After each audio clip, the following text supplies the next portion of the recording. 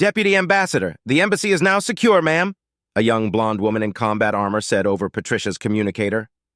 Well, that's a relief, Patricia said in an annoyed voice. Did you manage to capture that traitor Wintersmith alive? Regrettably, he was able to escape, the woman said in an unhappy voice. What? Patricia snapped. How? Supposedly he was able to take advantage of the chaos and flee, the woman scoffed. In truth, we believe that individuals sympathetic to the ambassador either aided him directly or at the very least failed to see him. Don't worry, ma'am, she said. All individuals in question have been detained pending a full investigation. In fact, anybody that served with him in the past has been disarmed and have been secured for the time being. Only loyal troops hold the embassy now. It is under our control. So why have I been unable to send a message then? That is the one complication that we are currently facing, the woman said with a very uncomfortable expression. The communications center is under the control of someone loyal to the ambassador. Former ambassador, Patricia Hu hissed. I am now the acting ambassador. Yes, ambassador, the woman replied. Why is the communications center still under their control? Just go in there and get them out. It's not quite that simple, ambassador, the woman replied. The individual in question has activated security lockdown. The entire area is now behind 50 centimeters of composite armor plating. We have nothing that can breach it. Then what are we fucking going to do about it? Patricia snarled. Unfortunately, ma'am, the only thing we can do at this point is to starve her out. Unacceptable. There must be something you can do. It was designed to be able to withstand a direct Federation assault, the woman replied. It has 50 centimeters of armor plating on all sides, a self-contained fusion reactor, full life support, the works.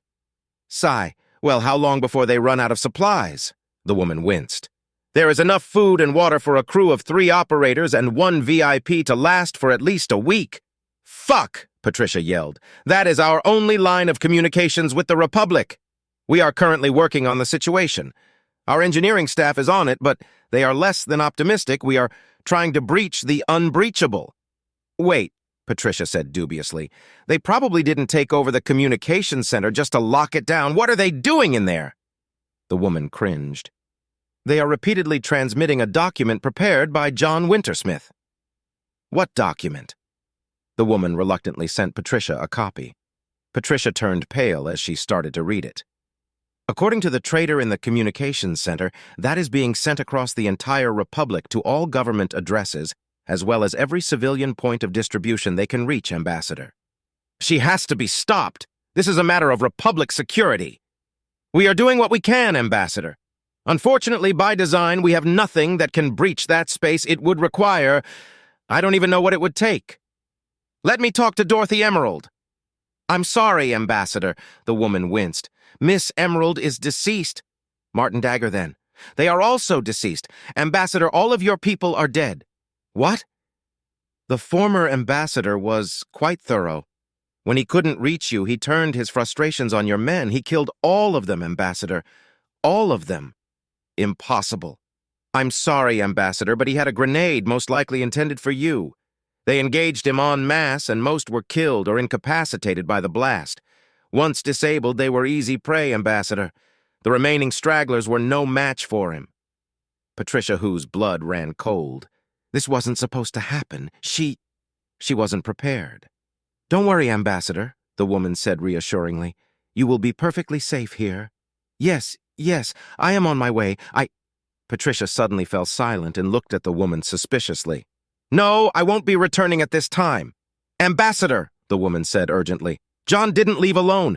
He has a team of Marine Raiders with him, and they are out there right now looking for you. Nice try, Patricia said with a sneer and cut off the communication. The woman cursed and looked up at her comrades in the security office. I almost had her, she shrugged. Sorry, Major. And here I thought you could charm the thrusters off of a tank, an older man chuckled. He then turned to a grim-faced brunette in a gray pantsuit. So, what do you think her next move will be? She only had 3 people with her when she fled, the woman replied.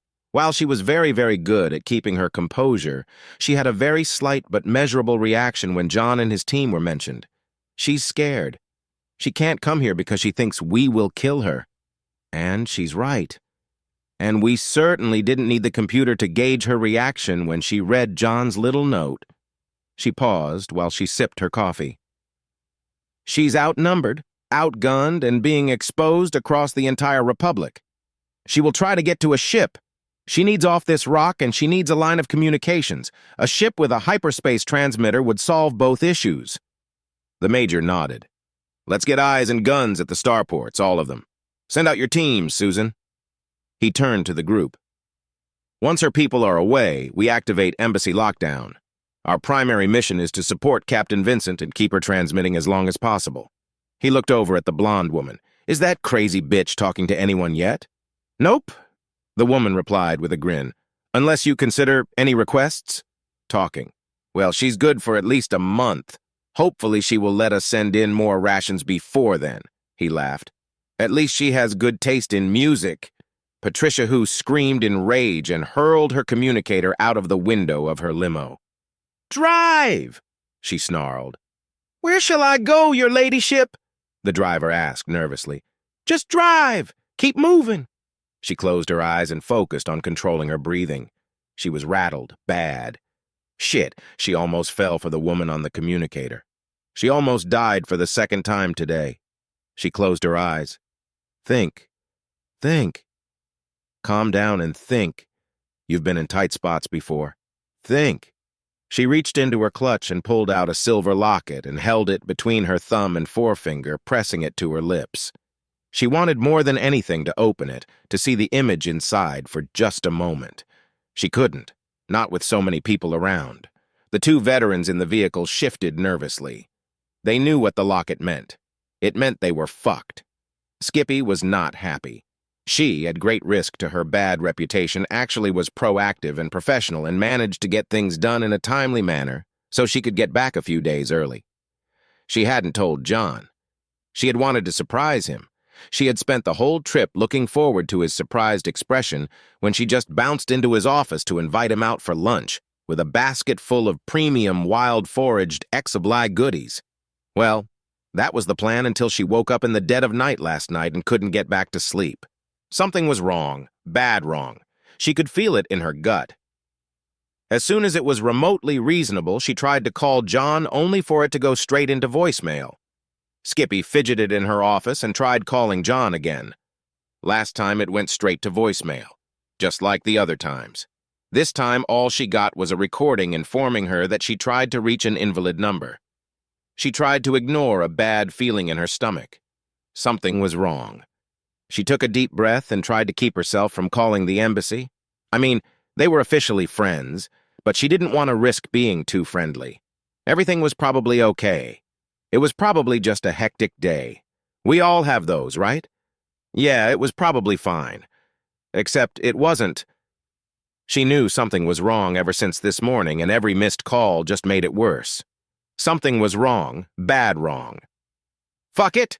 She exclaimed and jumped up from her chair and loped towards the HFY embassy exit. Skippy got off the metro at the stop closest to the embassy and tried not to run.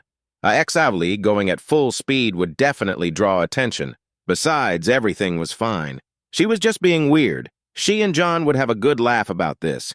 In fact, all this anxiety would make for one hell of a welcome-back lunch. Everything was going to be okay, she told herself as she loped quickly, but not too quickly down the street. Everything was going to be just fee. She stopped. There were police barricades blocking the road in front of the Terran embassy. Everything was not fine. Dropping all pretense, she broke into a full Exley leaping sprint, scattering the few curious onlookers as she reached the barricade. "Excuse me, ma'am," a Threen police officer said, stepping in front of her. "You can't pass this point." "Why?" Skippy squealed. "There has been some sort of disturbance at the Terran embassy. We aren't allowing anyone any closer for the time being." "What disturbance? What's going on?" "We aren't sure, ma'am," the Threen responded. "Steel barriers have sprouted up everywhere, and the guards are all wearing combat armor, ma'am. We are keeping everybody away until we find out what the heck is going on." "Well, I'm a Federation counselor," Skippy said, producing her credentials. "I am here on Federation business and must speak with the Terrans. Let me through." "I'm sorry, I can't. I'm going through." If you want to shoot a Federation counselor, be my guest." With that, Skippy simply jumped over the barricade, the officer, and his vehicle. The Threen, along with the rest of the officers, just stood there in complete helpless surprise as Skippy bounded towards the embassy. Susan and the Major walked down the hall towards the break room. "Robert," Susan said as they strolled, "I deeply appreciate you backing me up on this." "Please," the Major chuckled. "Colonel Wintersmith turning traitor? Highly unlikely. Colonel Wintersmith and Gunnery Sergeant Julkent turning traitor?" The Major broke out into laughter. "Let's just say that I was quite prepared to hear you out." He paused by a coffee dispenser and poured them both a cup. "So," he asked as he took a sip, "you already knew?" Susan nodded. "I had been briefed by someone in the agency that I trust concerning the youthful Patricia Who, and we knew she was cooking up something, but a lot of the bombshells that John dropped on the way out were news to me, too. I guess when Crimson turned, all hell broke loose." "So where is that bitch?" "I have no idea," Susan scowled. "John is who made her disappear. All I know is that a couple of his people were already gone before everything happened." "Fuck," Major Robert muttered. "So we have no way of contacting John and no idea where our best source of intel might be hidden." "That's about the size of it," Susan chuckled as she stirred some sugar into her brew. "Christ," she groaned, "I just realized. With John gone, that means that we're in charge?" "Oh, we are so screwed," the Major laughed. "Oh, shit," he chuckled. "Who's gonna be the ambassador?" They both looked at each other. "Joyce!" they exclaimed, and both burst into laughter. "Ooh, can I tell her, please?" Susan laughed. "I can't wait to see the look on her face." They both started laughing again. The blonde from earlier walked up. "Excuse me," she said. "We have a situation out front." "I want to speak to the ambassador," Skippy yelled at the armored wall that used to be the entrance to the embassy grounds. There was no response. "Abyss, take all you are going to fucking answer me!" Skippy yelled. "I am Counselor Arela Kathali, and I am here on vital diplomatic business." "I'm sorry, the ambassador isn't available at this time." A pleasant female voice issued from a speaker set into the masonry next to the armor plate. "What do you mean, isn't available?" "Just that, Counselor," the calm, pleasant voice replied. "The ambassador is not currently available. Tell John that Counselor Skippy is here to see him, please." "I'm sorry. The ambassador isn't available at this time, Counselor." Skippy just closed her eyes and took a deep breath. "Look, Missy, I'm trying to be polite here," Skippy said as calmly as she could manage.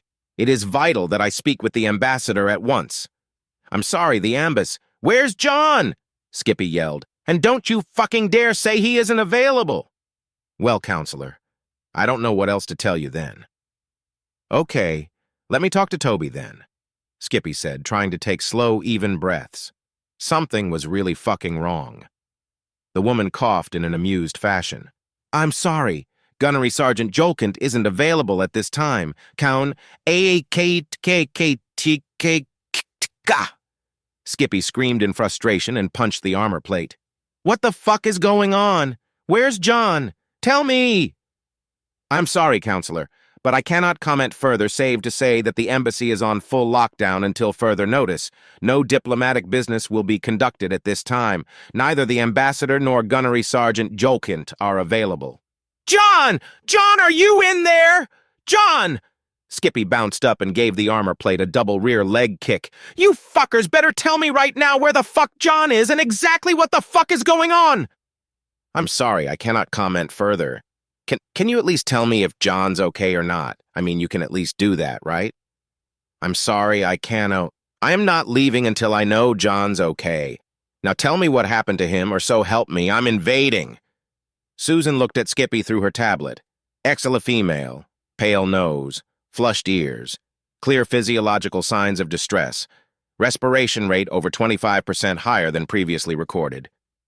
Hard to see for sure, but pupil diameter seems to be varied. Another sign of severe distress. Susan raised an eyebrow, and perhaps even more telling a Federation counselor risking a full-blown diplomatic incident when we have already clearly lost our fucking minds. Susan's eyebrow started climbing even further. They aren't just friends. She quickly pulled up more details on XBV anatomy. She started to smile slightly. John's new lunch routine started to make a little more sense. Noodles indeed. She turned to the blonde.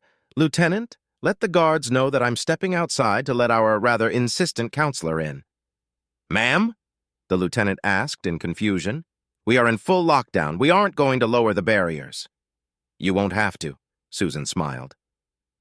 Skippy landed in front of Susan without making a sound. "Impressive," Susan said with a smile. "Now where's John? Is he okay?" Skippy asked, advancing on Susan. Susan just waved at the guards.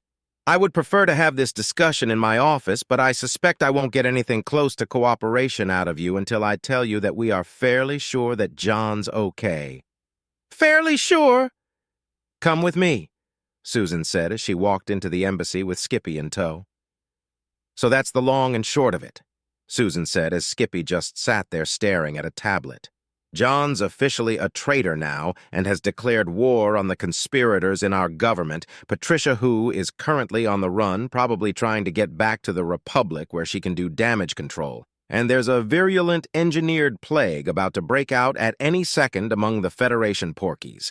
That plague is one of the big reasons for the full combat armor and lockdown, by the way. Well, that and the fact that we are now all officially traitors and will likely have to defend this place from our own people. But John is, despite his best efforts, perfectly okay. To the best of our knowledge." "Despite his best efforts?" Skippy asked, sipping on a calming cup of herbal tea.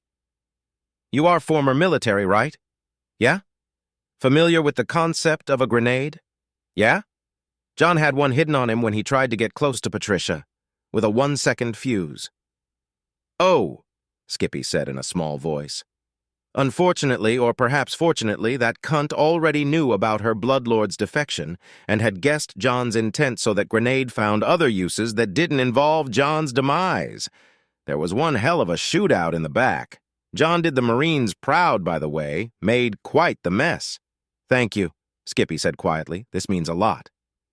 "Now, in return, I would like you to do something for me," Susan replied with a smile. "What's that?" Skippy asked dubiously. "Based on your physiological responses and other behavior, John means a lot to you. You're more than just beer buddies, even more than just an idle fling." Susan smiled as Skippy jerked upright. "I didn't need all my fancy machines to figure that out," Susan grinned. "The fact that you are a Xeno or a Fed isn't what interests me. What does interest me is that sitting right in front of me is a woman who will move heaven and earth to find her man. You, my fluffy little friend, can do what I cannot. You can leave this place and go to him, and you will. When you do, you will give him a data crystal that I will prepare shortly." "That's it," Susan said as she spread her hands.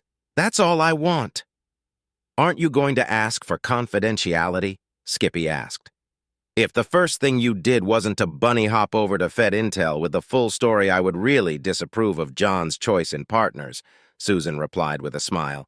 "Of course you're going to divulge all of this. In fact, take a copy," Susan laughed as she handed Skippy a data crystal. "John already told them everything anyhow." "He what?" "Yup." "Why?" "Never had the chance to beat it out of him," Susan chuckled. "But if I were to guess, it was to get an immediate jump on containing the plague. Hey, if you get the chance, could you ask them for me?"